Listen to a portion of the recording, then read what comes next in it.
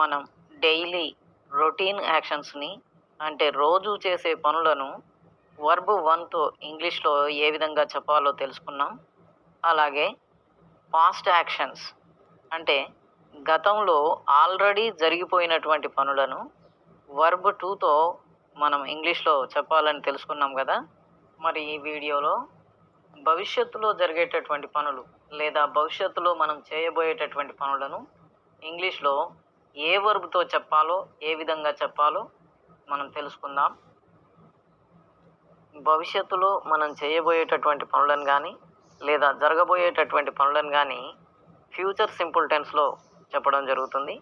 ఇక్కడ future యాక్షన్స్ని positive స్టేట్మెంట్స్గా చెప్పేటప్పుడు ఏ విధంగా చెప్పాలో మీకు ఇక్కడ ఫార్ములా కూడా ఇవ్వడం జరిగింది. సబ్జెక్ట్ అంటే మనకు తెలిసినటువంటి I, we, you, he, she, it, they ఏదైనా నేమ్ వీటిని సబ్జెక్ట్ అని అంటాం. వీటి తర్వాత ఏదైనా ఒక సబ్జెక్ట్ తర్వాత షల్ కానీ విల్ కానీ ఒక హెల్పింగ్ వర్బ్ తీసుకోవాలి. దాని తర్వాత బేస్ ఫామ్లో ఉన్నటువంటి వర్బ్ని అంటే మెయిన్ వర్బ్ని వన్లో ఉండేటట్టు తీసుకోవాలి. దాని తర్వాత మనం దేని గురించి అయితే చెబుతున్నామో అది అక్కడ చెప్పాల్సి ఉంటుంది. ఇక్కడ చూడండి, ఐ, వి ఈ రెండిటికి షల్ని చెప్పాలి. మిగతా he, she, it, you, they ఏదైనా నేమ్ వీటికి విల్ చెప్పాలి. అయితే ఇక్కడ మీరు ఒక విషయం గమనించాలి. మనం డైలీ రొటీన్ యాక్షన్స్ని చెప్పేటప్పుడు హెల్పింగ్ వర్బ్ అవసరం లేదు. అలాగే జరిగిపోయినటువంటి పనులను పాస్ట్ యాక్షన్స్ని చెప్పేటప్పుడు కూడా హెల్పింగ్ వర్బ్ అనేది అవసరం లేదు. డైరెక్ట్గా మెయిన్ వర్బ్ని తీసుకోవడం జరుగుతుంది. ఇక్కడ ఫ్యూచర్ యాక్షన్స్ని చెప్పడానికి మాత్రం షల్ కానీ విల్ కానీ ఒక హెల్పింగ్ వర్బ్ తీసుకోవాలని గుర్తుంచుకోవాలి. మనం చెప్పుకున్నట్టుగా ఈ ఫార్ములా ప్రకారం ఈ సెంటెన్సెస్ మనం ఒకసారి చూద్దాం. నేను ఈ సాయంత్రం మూవీకి వెళ్తాను. ఈ సాయంత్రం అంటే ఈ సెంటెన్స్ కనుక ఉదయం చెప్పినట్లయితే సాయంత్రం అనేటటువంటి ఈ పదము భవిష్యత్తు కాలాన్ని సూచిస్తుంది. కాబట్టి ఇక్కడ నేను అనేటటువంటి పదానికి ఐ సబ్జెక్టుగా తీసుకున్నాం. ఐకి షల్ తీసుకోవాలని అనుకుంటున్నాం కాబట్టి షల్ ఇక్కడ హెల్పింగ్ వర్బ్గా తీసుకున్నాం.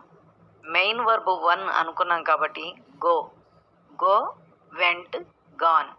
గో అనేది ఫస్ట్ వర్బ్ అంటే బేస్ ఫామ్లో ఉన్న verb. To A movie this evening. I shall go to A movie this evening. నేను ఈ సాయంత్రం మూవీకి వెళ్తాను. ఈ విధంగా చెప్పొచ్చు. మరొక సెంటెన్స్ చూడండి, మనం రేపు డాక్టర్ దగ్గరికి వెళ్తాం. రేపు అనేటటువంటి ఈ పదము భవిష్యత్తు కాలాన్ని సూచిస్తుంది కాబట్టి ఇది ఇక్కడ మనం చూడండి, వి అనేటటువంటి సబ్జెక్టు కూడా షల్నే తీసుకోవాలి. We shall visit, visited. Visit అనేది బేస్ ఫామ్లో ఉన్న వర్బ్ కాబట్టి విజిట్ తీసుకున్నాం. టు ద డాక్టర్ టుమారో ఇక్కడ చెప్పలేదు, పొరపాటున చెప్పలేదు, చెప్పాల్సి ఉంటుంది. We shall visit to the doctor tomorrow. ఈ సెంటెన్స్ చూడండి, అతడు రేపు ఐఫోన్ కొంటాడు. అతడు అనంటే హీ కదా, హీ. కొంటాడు అనంటే బై. హీ అనే పదానికి కూడా విల్ వస్తుంది కాబట్టి will buy. He will buy an iPhone. రేపు అనంటే tomorrow. He will buy an iPhone tomorrow. అతడు రేపు ఐఫోన్ కొంటాడు. మరొక సెంటెన్స్ చూద్దాం, వాళ్ళు చర్చించుకున్న తరువాత నిర్ణయం చెప్తారు. వాళ్ళు చర్చించుకున్న తరువాత నిర్ణయం చెప్తారు. ఈ సెంటెన్స్ని మనం ఇంగ్లీష్లో ట్రాన్స్లేట్ చేసేటప్పుడు వాళ్ళు అని అంటే దే అనే పదానికి కూడా మనం ఈ సబ్జెక్టు కూడా విల్ అనేటటువంటి హెల్పింగ్ వర్బ్ తీసుకుంటాం ఫ్యూచర్ని చెప్పడానికి. ఇక్కడ చెప్తారు అనేది మెయిన్ వర్బ్ చెప్తారు అని అంటే టెల్ చెప్పాలి. They will tell. Told. Tell అనేది వర్బ్ వన్ కాబట్టి టెల్ తీసుకుంటాం. They will tell. డెసిషన్ ఏం చెప్తారంటే నిర్ణయం. They will tell decision. తర్వాత ఆఫ్టర్, చర్చించుకున్న తర్వాత అని అంటున్నాం కాబట్టి డిస్కసింగ్ అని చెప్పాలి. They will tell decision after discussing. ఈ విధంగా మనము ఫ్యూచర్ని తెలియజేయడం కోసం ఐ వి సబ్జెక్టులకు షెల్, మిగతా అన్నింటికి అంటే he she it they name వీటన్నింటికి కూడా మనం విల్ అనేటటువంటి హెల్పింగ్ వర్బ్ చెప్పాలి. ఇప్పుడు నెగటివ్ స్టేట్మెంట్స్ చూద్దాం. ఫార్ములా ఒకసారి చూడండి. సబ్జెక్ట్ తర్వాత షెల్ రాసాం కదా ఇంతకుముందు, షెల్ కానీ విల్ కానీ, వీటి పక్కన నాట్ చేరిస్తే అది నెగిటివ్ అవుతుంది.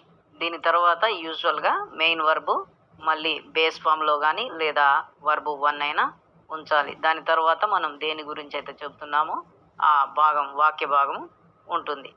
చూడండి, దీన్ని మనం షెల్ నాట్ NOT నాట్ అని రాయకుండా మనము ఎన్ పైన అపాస్ట్రఫీ పెట్టి రాస్తే దాన్ని షార్ట్ ఫామ్ కాంట్రాక్షన్ ఫామ్ అని అంటాం.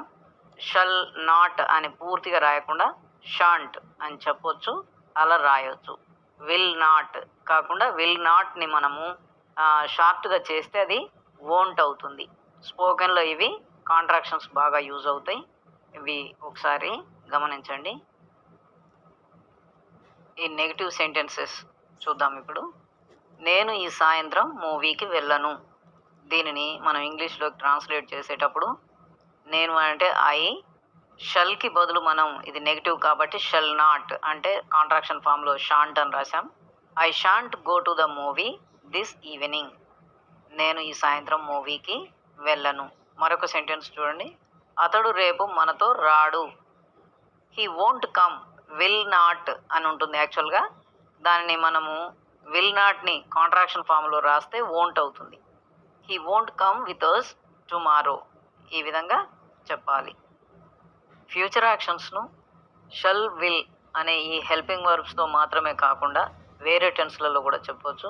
అది ఎలాగో మనం ఇక్కడ కొన్ని సెంటెన్సెస్ ఎగ్జాంపుల్గా తీసుకొని చూద్దాం. ఎగ్జాంపుల్గా సెకండ్ సెంటెన్స్ చూడండి. ఇది present continuous tense. He is going to pay his fees tomorrow. అతడు తన ఫీజును రేపు పే చేయనున్నాడు అని అర్థం. మరొక ఎగ్జాంపుల్ చూద్దాం. ఇది సింపుల్ ప్రెజెంట్ టెన్స్. ఒక పని పథకం ప్రకారం జరుగుతుంది అని ముందే తెలిసినప్పుడు సింపుల్ ప్రెజెంట్లో కూడా చెప్పొచ్చు. He pays his fees tomorrow. మరొక ఎగ్జాంపుల్ చూడండి. దగ్గర ఫ్యూచరిటీ కలిగినప్పుడు, భవిష్యత్తు దగ్గరలో ఉంది అని తెలిసినప్పుడు ఈ విధంగా కూడా చెప్పొచ్చు. He is about to pay his fees. ఈ విధంగా కూడా చెప్పొచ్చు.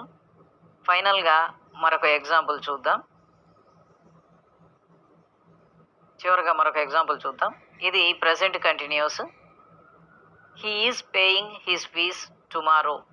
అతడు రేపు ఫీజ్ పే చేస్తాడు అని తెలిసినప్పుడు ఈ విధంగా కూడా చెప్పొచ్చు. ఇప్పుడు హెల్పింగ్ వర్బ్తో ఉండేటటువంటి క్వశ్చన్స్ చూద్దాం. అవి కూడా ఫ్యూచర్ టెన్స్లో పాజిటివ్లో ఎలా చెప్తామో ఫార్ములా కూడా ఇచ్చాను. షెల్ కానీ విల్ కానీ చెప్పాలి ఫస్ట్. దాని తర్వాత సబ్జెక్ట్ తర్వాత మెయిన్ వర్బ్ 1, దాని తర్వాత క్వశ్చన్ మార్క్. ఏదైనా మనం ఆబ్జెక్ట్ రాసిన తర్వాత క్వశ్చన్ మార్క్ ఉండాలి. ఇది చూడండి. ఈ సాయంత్రం మనం మూవీకి వెళ్తాము అని అంటే అది స్టేట్మెంట్ అవుతుంది. వెళ్తామా అంటున్నాం కాబట్టి అది క్వశ్చన్ అవుతుంది. Shall we go to the movie this evening. ఈ విధంగా చెప్పాలి. ఇది పాజిటివ్లో కాబట్టి. నెగిటివ్లో అయితే నాట్ చెప్పాల్సి వస్తుంది. షెల్ తర్వాత not. Shall we go to the movie this evening. ఈ విధంగా చెప్పాలి. అలాగే ఫ్యూచర్ టెన్స్లో హెల్పింగ్ వర్బ్తో ఉండేటటువంటి క్వశ్చన్స్ని మనం ఇప్పుడు చూద్దాం. నెగిటివ్లో ఎలా ఉంటాయో.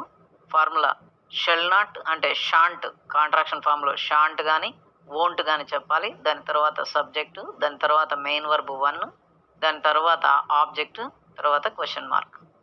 చూడండి.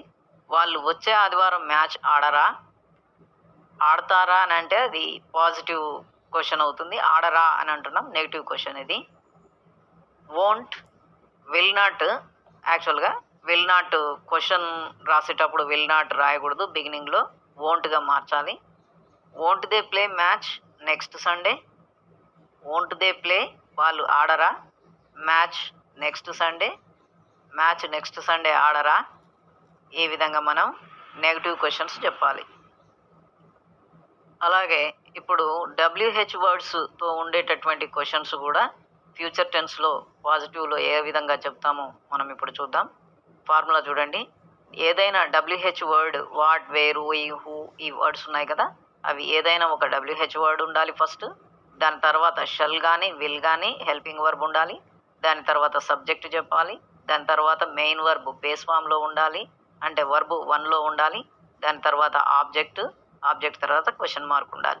చూడండి, మనం మూవీకి ఎప్పుడు వెళ్దాం అంటే దీనిని ఇంగ్లీష్లోకి ట్రాన్స్లేట్ చేసేటప్పుడు మనం కాబట్టి వి చెప్పాలి, దానికి ముందుగా షల్ చెప్పాలి.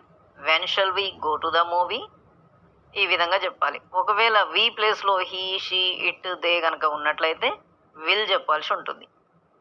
దీనినే మనము నెగిటివ్లో చెప్పాలి అని అంటే హెల్పింగ్ వర్బ్ తర్వాత మనం నాట్ చెప్తే సరిపోతుంది. ఓకే, ఈ విధంగా మీరు ప్రాక్టీస్ చేయండి. ఇంగ్లీష్ మాట్లాడడం అనేది చాలా సులభంగా వచ్చే అవకాశం ఉంటుంది. Okay, thank you.